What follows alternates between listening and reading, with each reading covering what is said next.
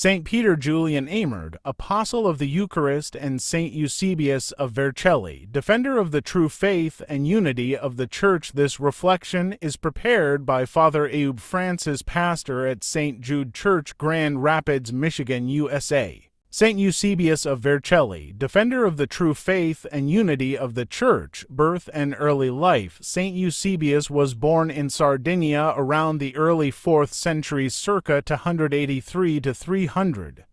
After the death of his father, his mother moved with him to Rome, where he was raised and later ordained as a priest. He gained a reputation for his wisdom, holiness, and orthodoxy. His call and episcopal ministry. Eusebius was chosen as the first bishop of Vercelli in northern Italy around the year 345 AD. At that time, bishops often lived alone, but Eusebius brought clergy to live with him in a community, combining monastic life with clerical duties, a model that deeply influenced future diocesan clergy formation. Accomplishments and defense of the faith. During Eusebius' lifetime, the Church faced the heresy of Arianism, which denied the divinity of Christ. He was a strong supporter of the Nicene Creed and an ally of Saint Athanasius in defending the full divinity of Jesus Christ. In 355 AD, Eusebius attended the Council of Milan, where he refused to condemn Athanasius and support the Arian position. For his stance, he was exiled by the Arian-sympathizing Emperor Constantius II. During his exile in Palestine, Cappadocia, and Upper Egypt, he suffered greatly but remained faithful. When the Arian influence waned, Eusebius returned and reorganized the Church in northern Italy, strengthening its unity and orthodoxy. He worked for peace, restored harmony among the faithful, and inspired clergy to greater fidelity. Death and canonization. St. Eusebius died around August 1, 371 AD, in Vercelli, Italy. He is honored as a confessor of the faith, meaning he suffered for the faith without dying a martyr's death. Feast day, August 2nd, declared a saint. Pre-congregation before formal canonization processes began, honored as a defender of orthodoxy and model bishop. Lessons from his life: courage in defending the truth, even at great personal cost. Commitment to clerical and community life as a model of pastoral care, patience in suffering, and trust in God's providence. Question for meditation: am I willing to stand up for the truth of my faith even when it is unpopular or may lead to hardship?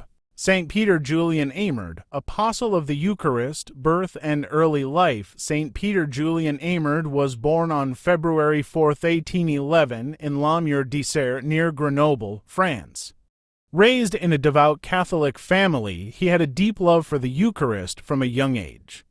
Despite poor health and early struggles, he persisted in his desire to become a priest. His call and priestly ministry. He was ordained a priest in 1834 for the Diocese of Grenoble, but later joined the Society of Mary Marists.